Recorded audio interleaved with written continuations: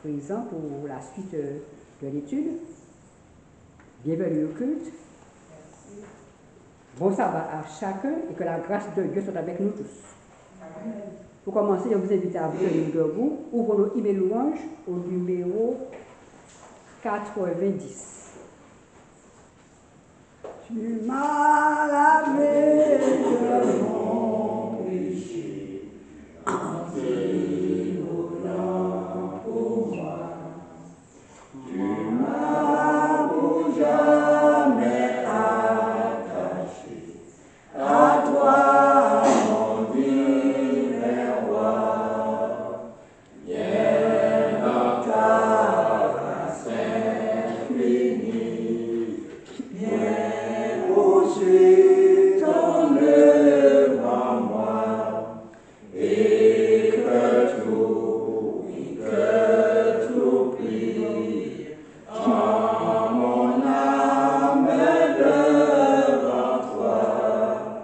Tel un roseau des lunes fleurs au souffle des zéphyrs, docile et souple que mon cœur se plie à tes désirs. Jésus lui-même a dû fouler le douloureux chemin. Et moi, pourrais-je reculer ou repousser ta main? Viens dans ta grâce infinie, achever ton œuvre en moi, et que tout plie en mon âme devant toi. Et s'il le faut, tu peux briser ce qui s'oppose à toi. À tout prix tu dois régner, ô divin être en moi. Tu connais mon cœur insoumis et sa ténacité. Tu connais tous mes ennemis et leur habileté. Viens dans ta grâce infinie, achever ton œuvre en moi, et que tout plie en mon âme devant toi. Fais-moi chérir ta volonté, fais que tout mon plaisir et toute ma félicité soient toujours d'obéir.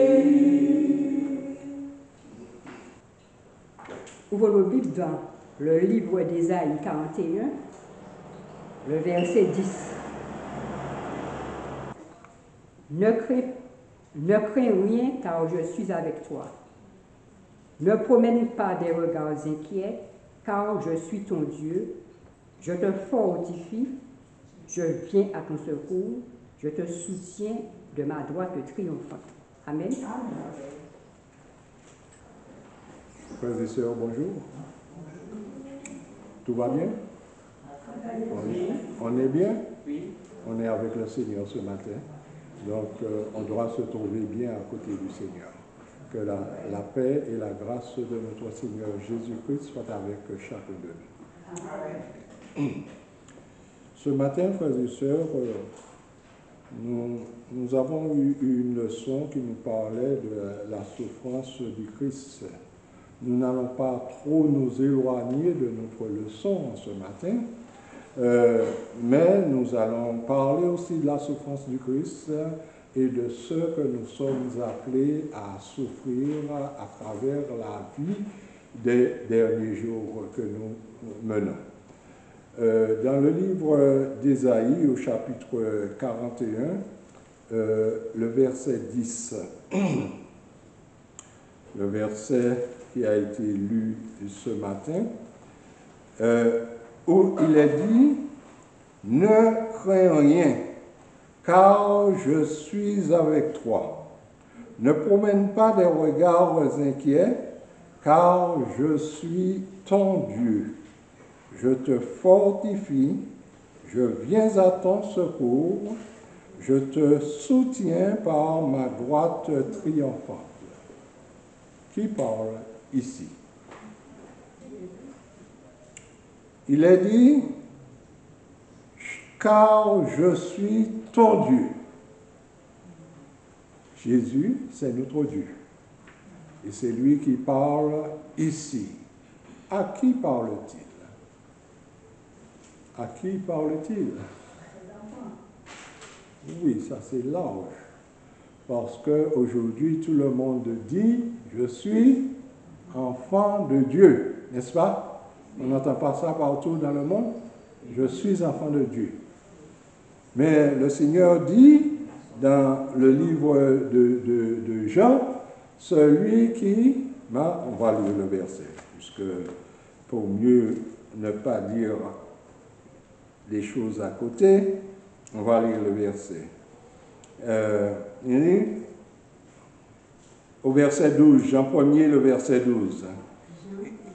Il est dit, mais tous ceux qui l'ont reçu, ceux qui croient en son nom, elle a donné le pouvoir de devenir enfants de Dieu, lesquels sont nés.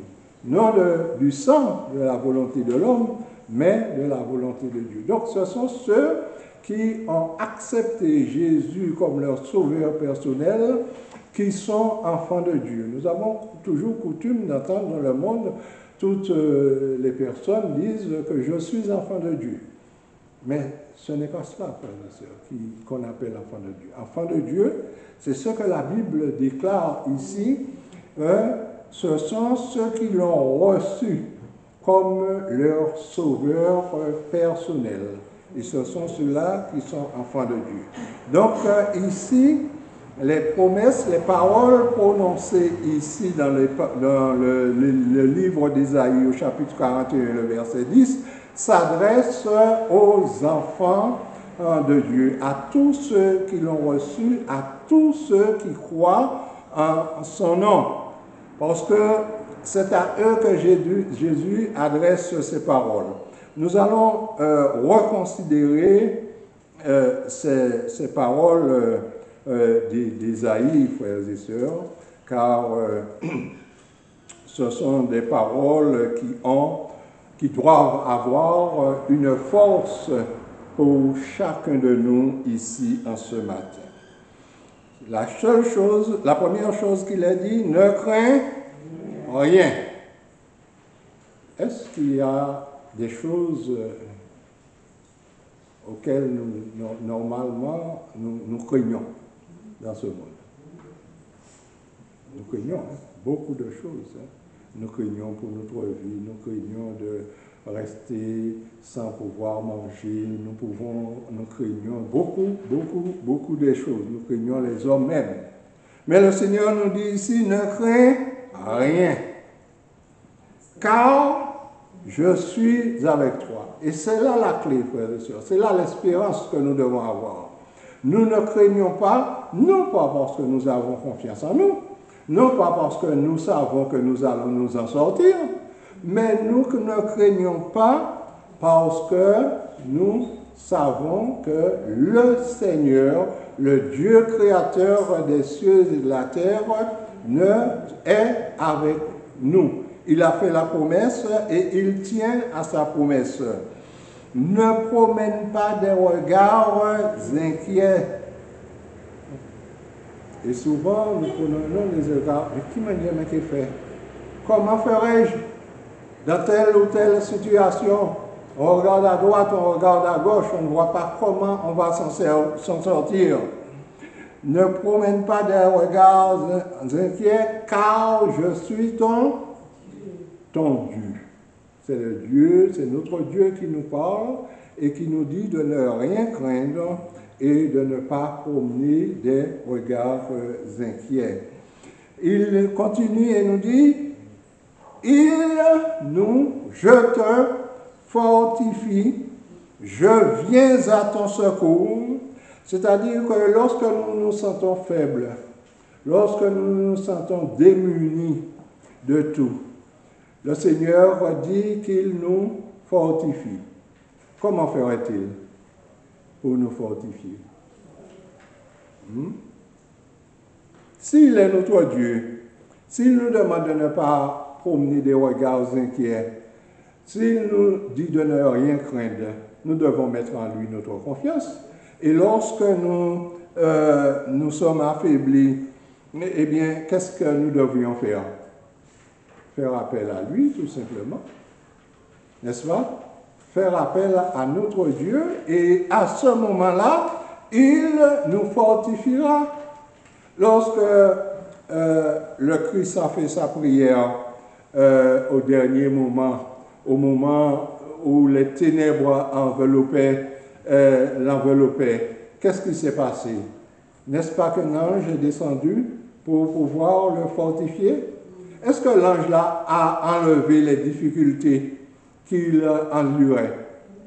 Il ne faut pas non plus attendre, puisque nous avons fait appel à Dieu, qu'il nous enlève nos difficultés, frères et sœurs. Nous sommes là pour passer par aussi des difficultés comme le Christ lui-même a passé. Car il est dit, je te fortifie, je viens à ton secours. Je te soutiens de ma droite triomphante. Donc, cette promesse, frères et sœurs du Seigneur, c'est une promesse qui est fidèle. Et le Seigneur tient à réaliser cette promesse envers chacun de nous.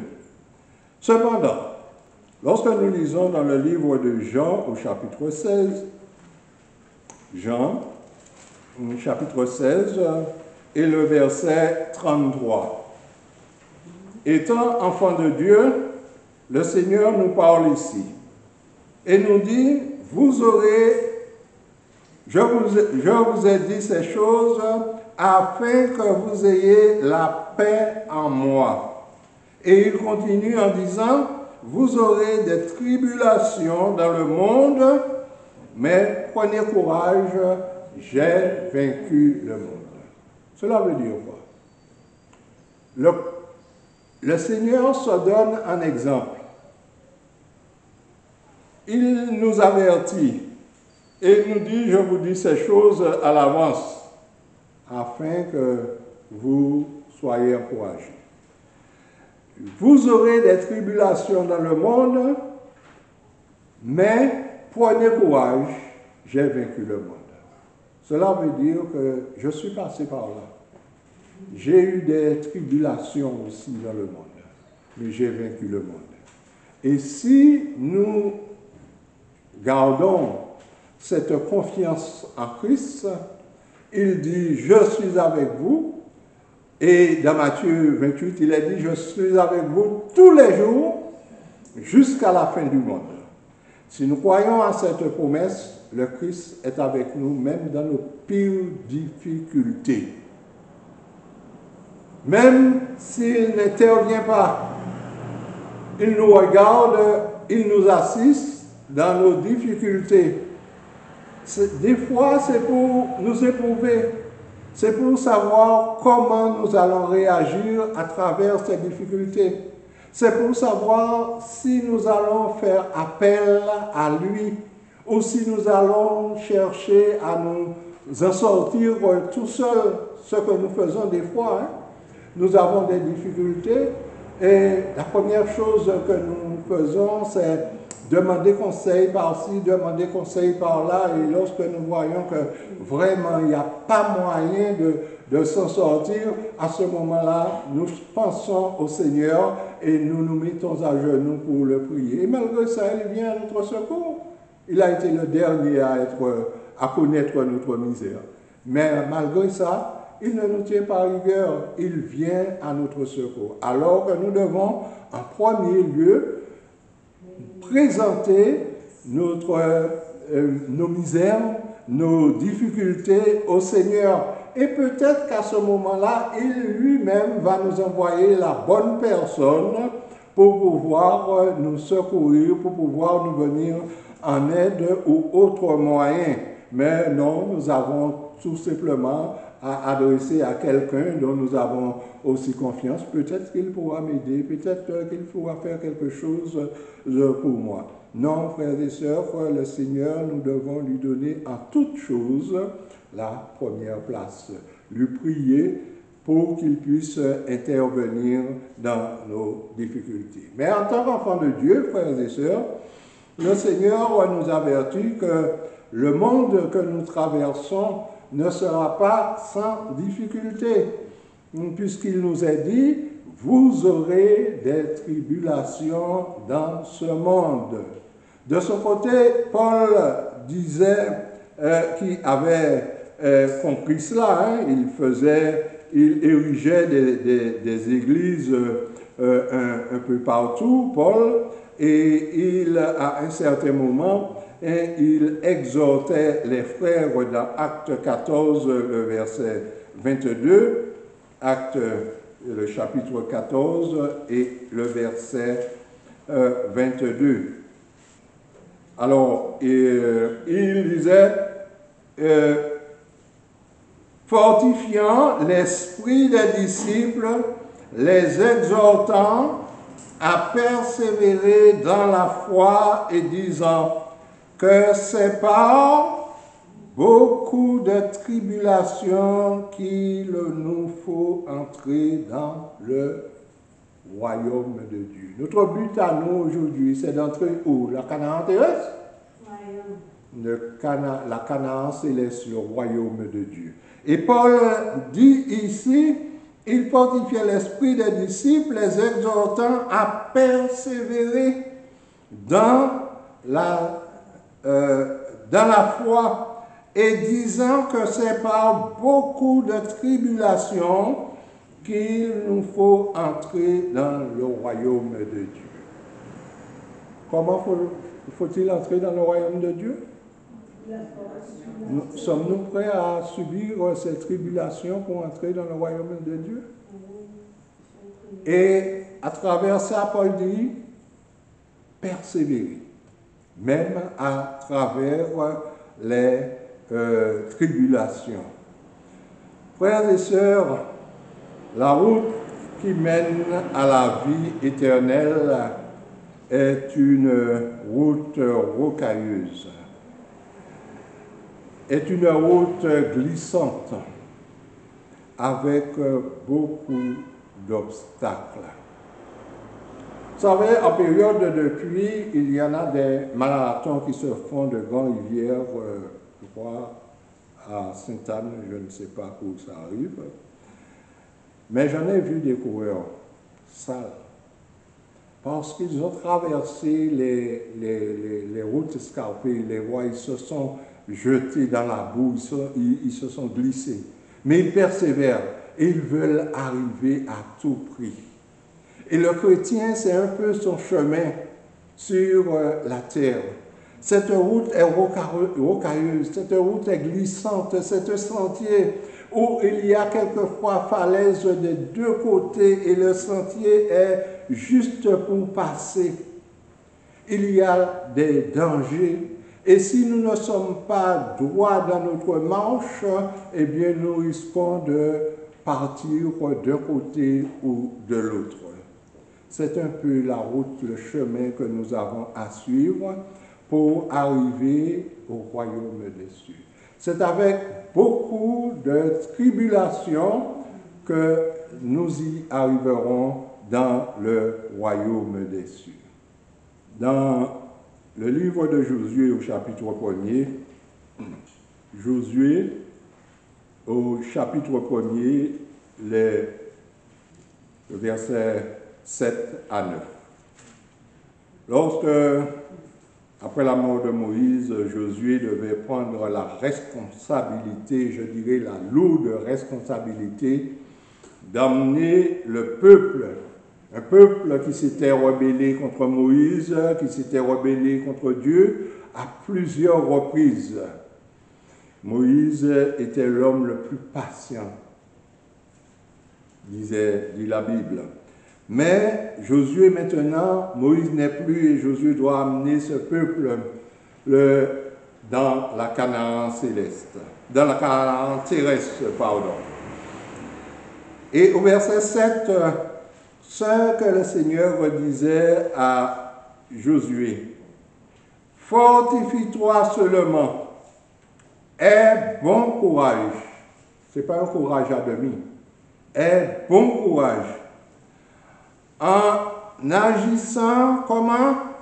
Fidèlement selon la loi que Moïse, mon serviteur, t'a prescrite. Ne t'en détourne ni à droite, ni à gauche, afin que tu réussisses dans tout ce que tu entreprendras.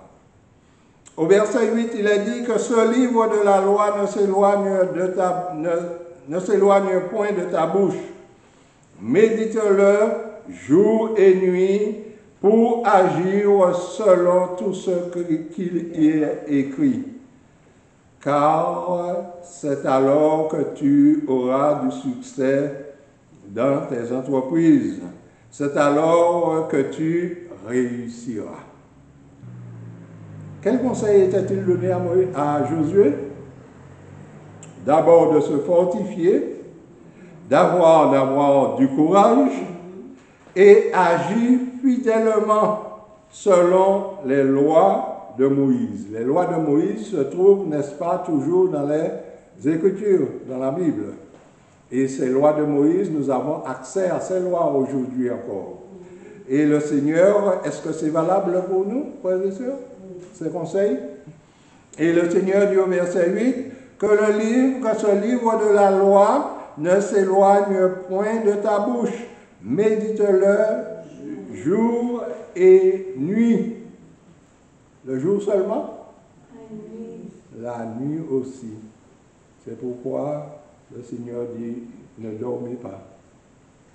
Lorsque le sommeil se coupe la nuit, eh bien, nous avons le livre de la loi pour pouvoir méditer. Lorsque les difficultés nous empêchent de dormir, eh bien, nous devons aussi faire appel à Dieu, lire au livre de la loi. Et il est dit, pour agir fidèlement selon tout ce qui est écrit, car c'est alors que tu réussiras dans tes entreprises, c'est alors que tu réussiras. Au verset 9, il est dit, ne t'ai-je pas donné cet ordre, fortifie-toi et prends courage, ne t'effraie point, ne t'épouvante point, car l'Éternel, ton Dieu, est avec toi dans tout ce que tu entreprendras. Quel encouragement, frères et sœurs. Et Josué a suivi ses conseils, et il a pu ramener ce peuple de la terre promise. Il a eu beaucoup d'influence parce qu'il suivait exactement les conseils que le Seigneur lui avait donnés.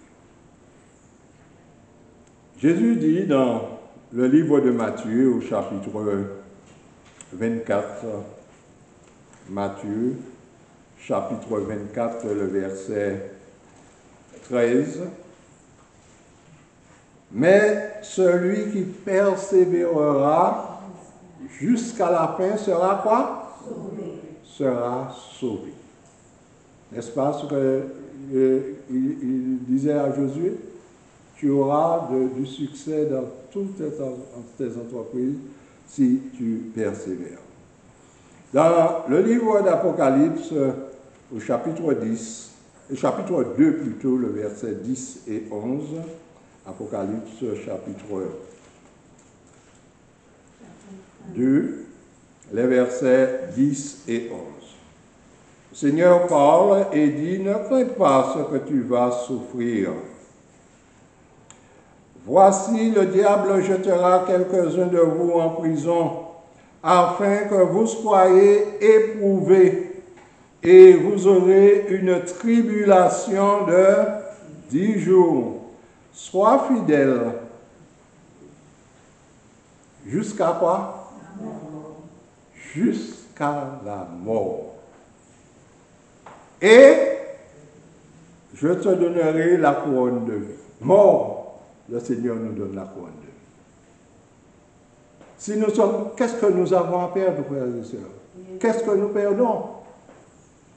Absolument, nous sommes gagnants jusqu'à la mort avec le Seigneur. Car il nous dit ici, sois fidèle jusqu'à la mort et je te donnerai la couronne de vie. Est-ce que nous devons avoir peur de ceux qui nous menacent de mort si nous avons Christ avec nous? Est-ce que le Seigneur peut nous empêcher d'être tués par, je ne sais pas, un brigand, par n'importe qui, par la loi, être condamnés à mort parce que nous ne faisons pas la volonté de Dieu? Nous ne faisons pas leur volonté plutôt? Non. Le Seigneur ne nous empêchera pas. Mais dites-vous bien, lors des persécutions, il y en avait de ceux qui passaient par la mort. Et la mort de ceux-là servait à la conversion de beaucoup d'autres. Cela ne les décourageait pas. Ils passaient par la mort, mais d'autres avaient la possibilité d'être un témoin vivant. La mort d'Étienne, par exemple. Saul n'avait-il pas approuvé la mort d'Étienne? Après, qu'est-ce qui s'est passé? Saul ne s'est pas retrouvé disciple du Seigneur? Oui. N'est-ce pas? Au lieu de persécuter, d'être un persécuteur, il était à ce moment-là persécuté. Donc, Seigneur, frères et sœurs, avec le Seigneur, nous ne perdons rien. Dans ce même livre d'Apocalypse, au chapitre 7, le verset 13 à 17, nous lisons. Apocalypse 7, les versets 13 à 17, nous lisons. Et l'un des vieillards reprit la parole et me dit, ceux qui sont revêtus de robes blanches, qui sont-ils? Et d'où sont-ils venus? Au verset 14, je lui dis, mon Seigneur, tu le sais. Et il me dit, ce sont ceux qui viennent d'où? De la grande tribulation. Ils ont lavé leurs robes et les ont blanchies dans le sang de l'agneau. C'est pour cela qu'ils sont devant le trône et servent jour et nuit dans son temple. Celui qui est assis sur le trône dressera sa tente sur eux. Ils n'auront plus faim, ils n'auront plus soif, et le soleil ne les frappera point, ni la lune, ni aucune chaleur plutôt, ni aucune chaleur. Car l'agneau, lui, qui est au milieu du trône, les paîtra et les conduira aux sources des eaux de la vie. Et Dieu essuiera toutes larmes de leurs yeux. Qui c'est qui bénéficieront de ces choses, frères et sœurs? Ceux qui viennent de la grande tribulation. Voilà la récompense de ceux qui ont subi cette tribulation. Dans le livre de 1 Pierre, au chapitre 2 et le verset 21. Et c'est à cela que vous avez été appelés, parce que Christ aussi a souffert pour vous, vous laissant un exemple afin que vous suiviez ses traces. Qu'est-ce que Christ a subi et qu'il veut que nous suivions les traces?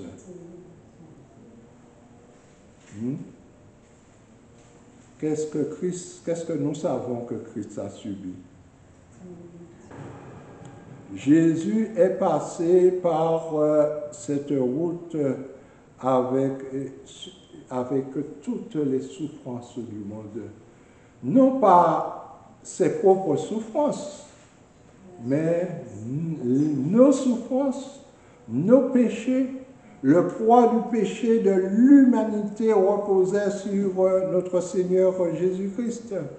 Et lorsque, pour avoir une petite idée de ce que Jésus a souffert, eh bien, nous allons lire un petit passage dans le livre d'Ésaïe au chapitre 53. Isaïe au chapitre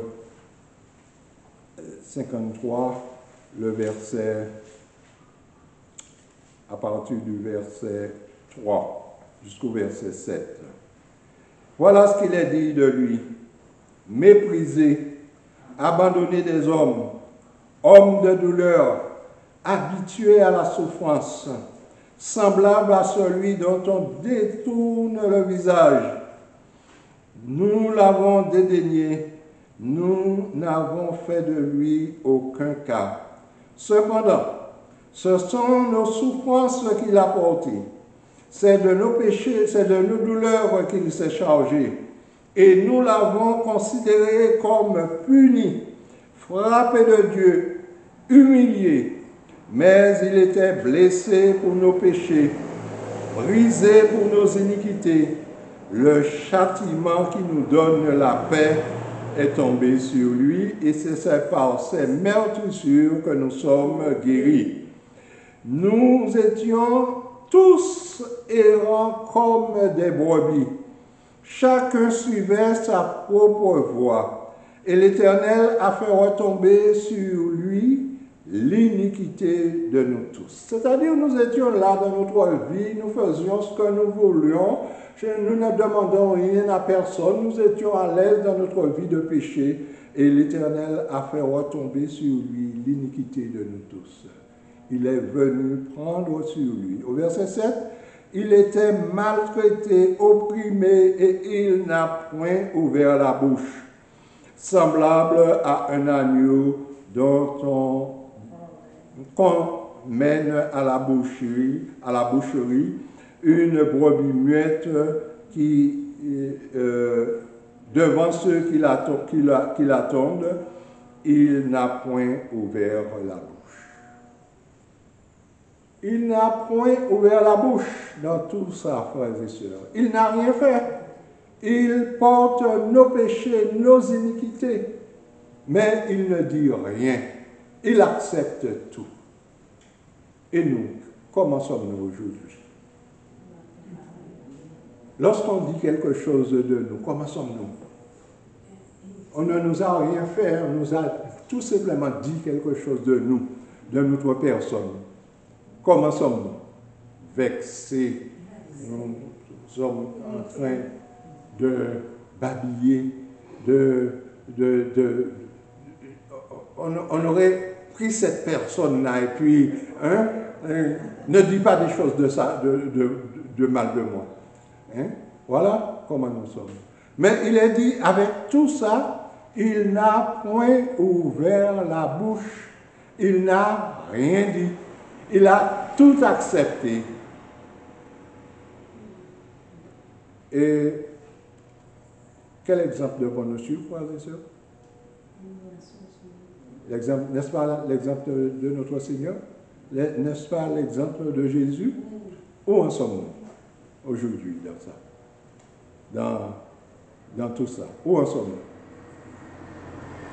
lorsque nous nous regardons, nous voyons que nous sommes très loin. Il était l'agneau de Dieu qui ôte le péché du monde.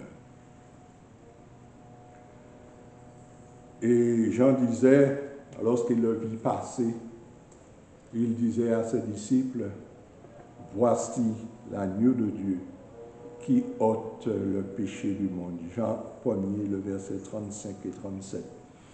Et les disciples qui étaient avec Jean, à partir du moment que les disciples ont entendu leur maître Jean dire cela, ils ont laissé Jean et ils sont allés avec l'agneau de Dieu qui ôte le péché du monde. Dans le livre de Romains, au chapitre 8, le verset 17, Romains chapitre 8 et le verset 17 et 18. Or, si nous sommes enfants, nous sommes aussi héritiers de Dieu et co-héritiers de Christ. Si toutefois nous souffrons avec lui, afin d'être glorifiés avec lui. Donc si aujourd'hui nous passons par la souffrance, eh bien nous devons savoir que nous allons hériter aussi. Où est le Christ maintenant? N'est-ce pas à côté de son Père? Dans la félicité de son Père? Et lorsque nous allons hériter avec lui, eh bien, nous allons hériter de sa grâce, de sa félicité, et nous allons avoir aussi une place à ses côtés. Au verset 18, il a dit, « J'estime que les souffrances du temps présent ne sauraient être comparées à la gloire à venir qui sera révélée pour nous. » Les souffrances du temps présent, tout cela n'est rien à côté de la gloire à venir que le Seigneur a révélé, a réservé pour nous. Dans Jean 17, le verset 3 à 5, il a dit, « Or la vie éternelle, c'est qu'ils te connaissent, toi le seul vrai Dieu, et celui que tu as envoyé, Jésus-Christ. » Au verset 4, il a dit, « Je t'ai glorifié sur la terre, j'ai achevé l'œuvre que tu m'as donnée à faire.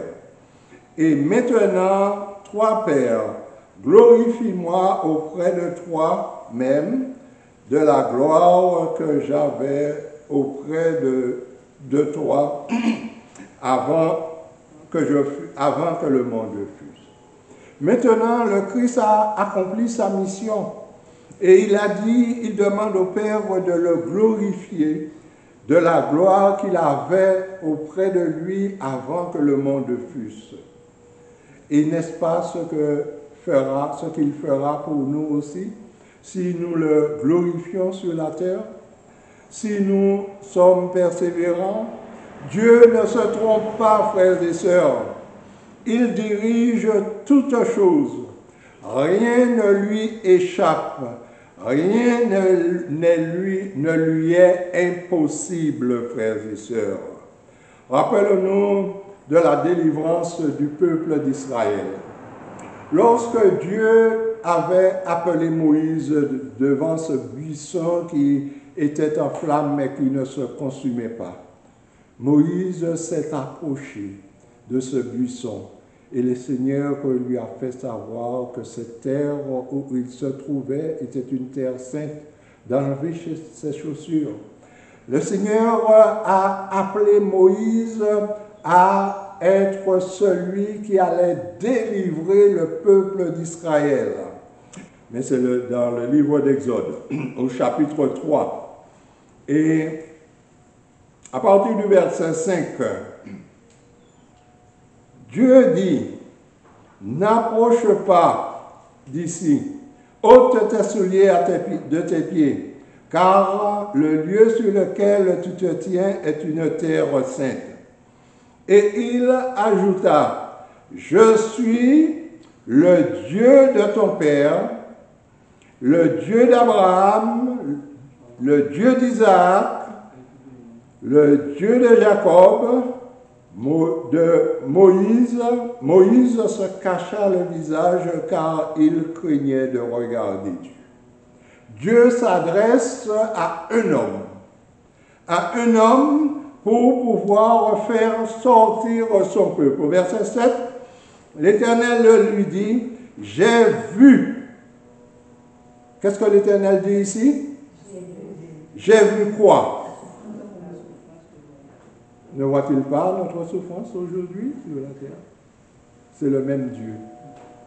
Et il dit, j'ai vu la souffrance de mon peuple qui est en Égypte, et j'ai entendu les cris que lui font pousser ses oppresseurs, car je connais ses douleurs. Le Seigneur connaît nos douleurs aussi aujourd'hui, frères et sœurs. Je connais ces douleurs. Je suis descendu au verset 8 pour les délivrer de la main des Égyptiens et pour les faire monter de ce pays dans un bon pays, dans un bon et vaste pays, dans un pays où coule le lait et le miel, dans un lieu qu'habitent, oui, merci, dans un lieu qu'habitent les Cananéens, les Étiens, les Amoréens, les Phérésiens, les Éviens et les Jébusiens. Voici le cri des Israélites sont venus jusqu'à moi, et j'ai vu l'oppression que leur font souffrir les Égyptiens. Maintenant, va, je t'enverrai auprès de Pharaon, et tu feras sortir d'Égypte mon peuple, les enfants d'Israël. Lorsque Dieu donne une telle mission, c'est Dieu qui voit tout, qui sait tout, auquel rien n'est impossible. Est-ce qu'il avait vraiment besoin de Moïse pour faire sortir le peuple d'Israël de la servitude? Non. Mais le Seigneur veut toujours que l'homme participe au bien-être de l'homme. C'est comme lors de la mort de Lazare.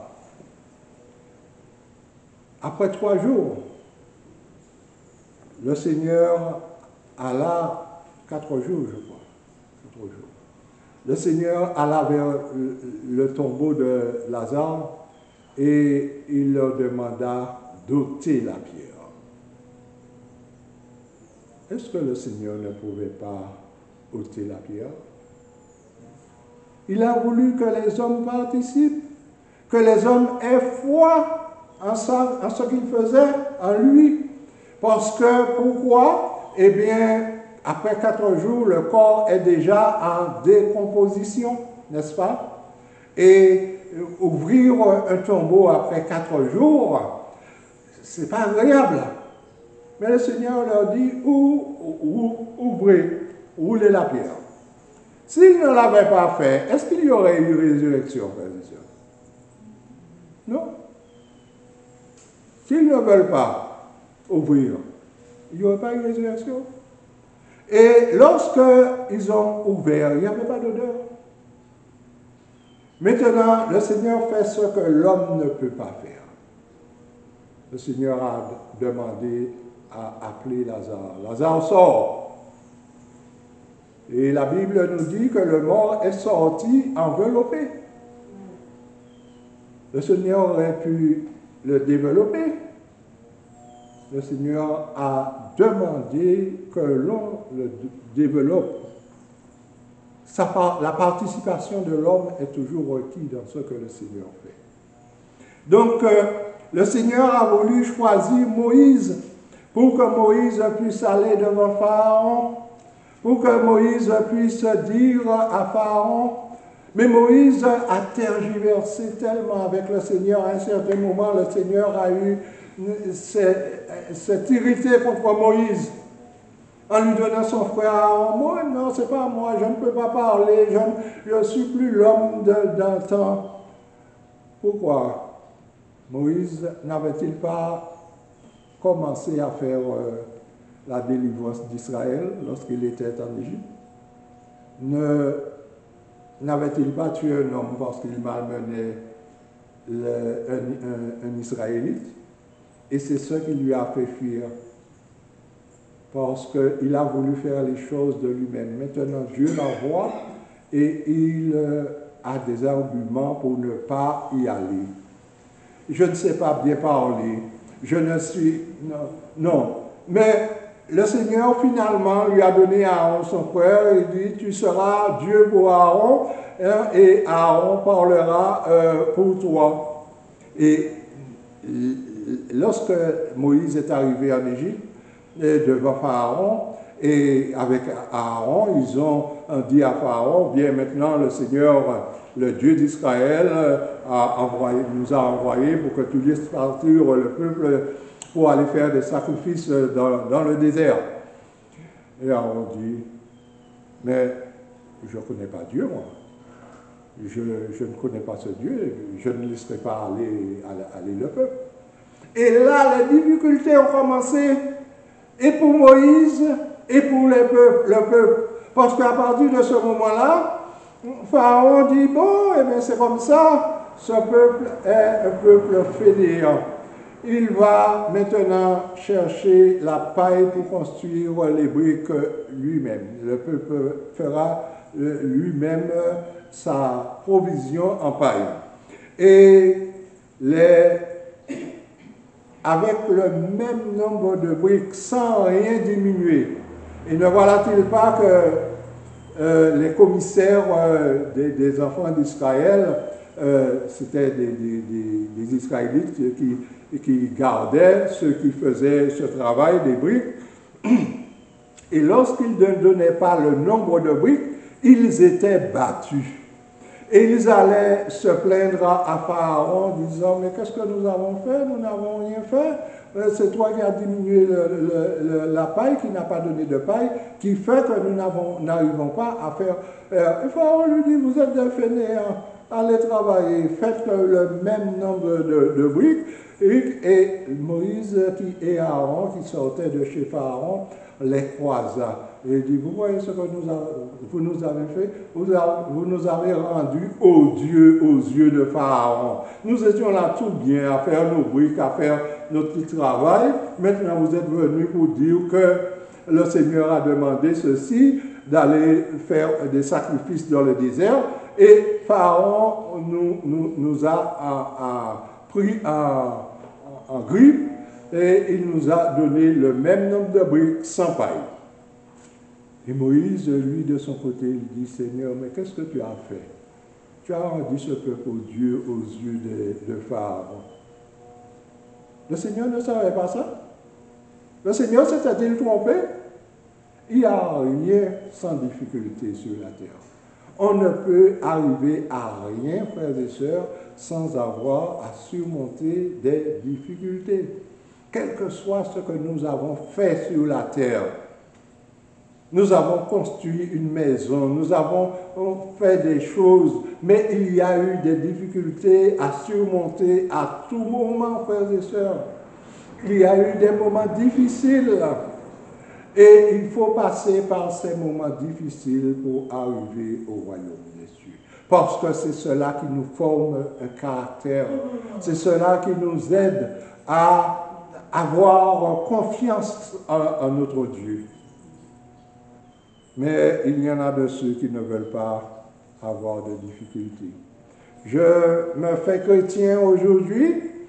Je suis chez moi, j'ai entendu la parole de Dieu, ça m'a intéressé, ça m'a plu. j'accepte la parole de Dieu, j'arrive dans la congrégation, dans cette congrégation, lors des réunions d'évangélisation, je suis bien, tout le monde m'accueille et tout cela, et puis j'arrive à l'église, je vois une froideur, je vois des gens qui regardent de travers, je vois ceci, et les difficultés commencent.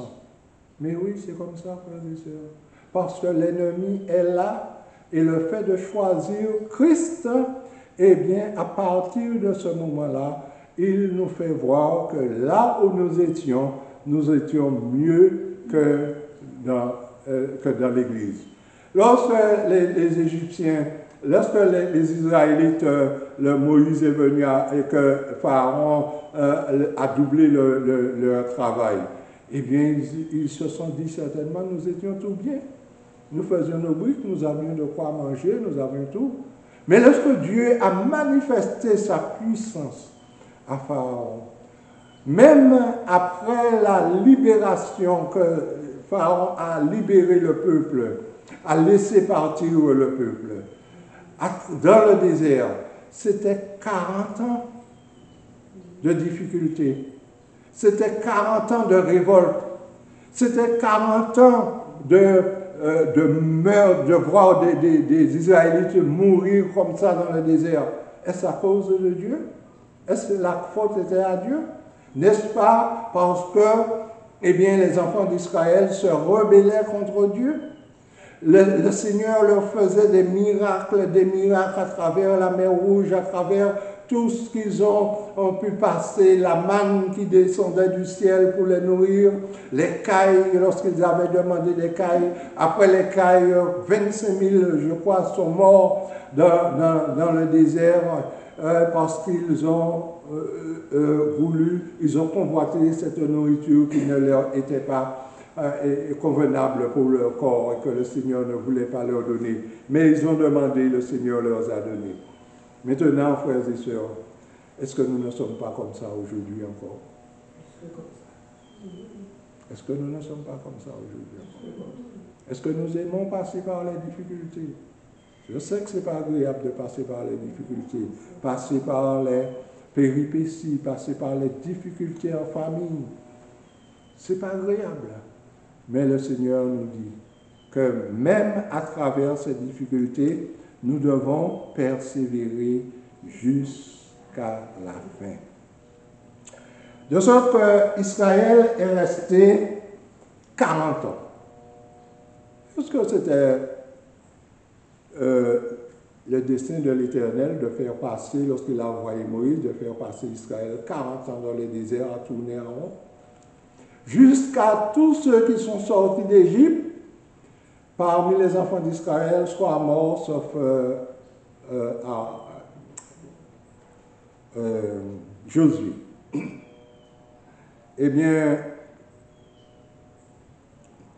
dans l'histoire, dans le livre Grand Conflit, il est dit, l'histoire de l'ancien peuple d'Israël est un exemple frappant de l'expérience des adventistes.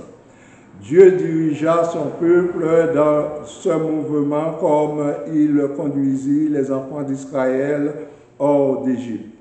Lors de leur grand désappointement, leur foi fut éprouvée comme le fut celle des Hébreux au bord de la mer Rouge. S'ils avaient toujours eu confiance en la main qui les avait dirigés jusqu'alors, ils auraient vu le salut de Dieu.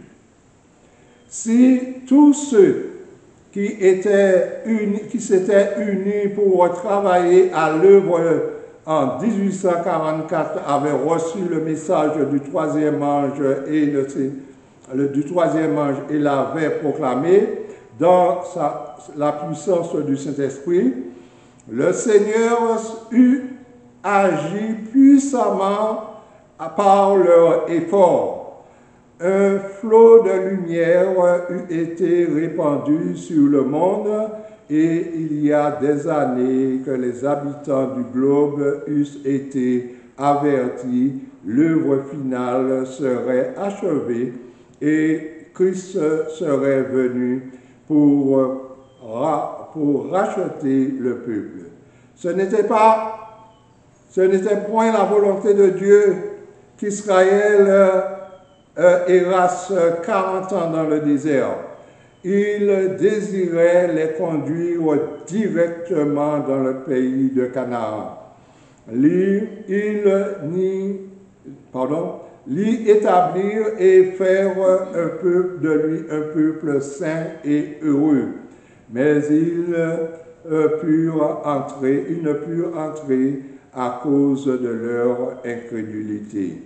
Ils périrent dans le désert à cause de leur murmure et de leur apostasie, et ce fut une autre génération qui entra dans la terre promise. Ce n'était pas non plus la volonté de Dieu que la venue du Christ fût renvoyée si longtemps et que ses enfants demeurent tant d'années dans le monde de péché et de misère. C'est à cause de qui? C'est à cause de vous et de moi, si le Christ n'est pas encore revenu aujourd'hui. Dans Ésaïe 41, le verset 10 et 11, « Ne crains rien, car je suis avec toi. Ne promène pas des regards inquiets, car je suis ton Dieu. Je te fortifie, je viens à ton secours, je te soutiens de ma droite triomphante. Voici, ils seront confondus, ils seront couverts de honte. Tous ceux qui sont irrités contre toi, ils seront réduits à rien. Ils périront, ceux qui disputent contre toi. Le Seigneur nous donne le résultat de ceux qui veulent du mal contre nous. Ils seront confondus. Et il nous dit, ce sont eux qui périront. Nous n'avons rien à craindre, frères et sœurs. Dans quelques autres passages, dans le livre de Jérémie 29, 11, ce que le Seigneur a en réserve pour nous, dans le livre de Jérémie 29, 11. Car, dit-il, je connais les projets que j'ai formés sur vous, dit l'Éternel, projets de paix et non de malheur, afin de vous donner un avenir et de l'espérance. Qu'est-ce que le Seigneur a en réserve pour nous? Qu'est-ce qu'il fait? Un projet de paix, afin de nous donner un avenir et de l'espérance. Au chapitre 2, dans 1 Corinthiens, chapitre 2, le verset 9, voilà ce qu'il est dit. Ce que le Seigneur a pour projet de nous, ce qu'il réserve pour nous. Mais comme il est écrit, ce sont des choses que l'œil n'a point vues, que l'oreille n'a point entendues et qui ne sont point montées au cœur de l'homme. Ce sont des choses que Dieu a préparées pour ceux qui l'aiment. Dans le livre d'Apocalypse, au chapitre 21, le verset 3 à 5, Apocalypse, chapitre 21, les versets 3 à 5, il est dit, « Et j'ai entendu du trône une forte voix qui disait, « Voici le tabernacle de Dieu avec les hommes. Il habitera avec eux, et ils seront son peuple, et Dieu lui-même sera avec eux. Il essuiera toutes larmes de leurs yeux, et la mort ne sera plus. Il n'y aura plus ni deuil, ni cri, ni douleur, car les premières choses ont disparu. Et celui qui était assis sur le trône dit, « Voici, j'ai fait toutes choses nouvelles. » Et il dit, « Écris, car ces paroles sont certaines et véritables. » Oui, la parole que Dieu a prononcée est certaine et véritable. Nous n'avons rien à craindre, frères et sœurs, si ce n'est d'oublier comment le Seigneur nous a conduits dans le passé. Que Dieu nous aide, qu'il nous bénisse et que nous puissions mettre toute notre confiance en notre Seigneur, car il nous a donné l'exemple et il est assis à la droite de son Père. Et nous-mêmes, nous serons comme des colonnes dans le temple de Dieu si nous persévérons jusqu'à la fin. Amen.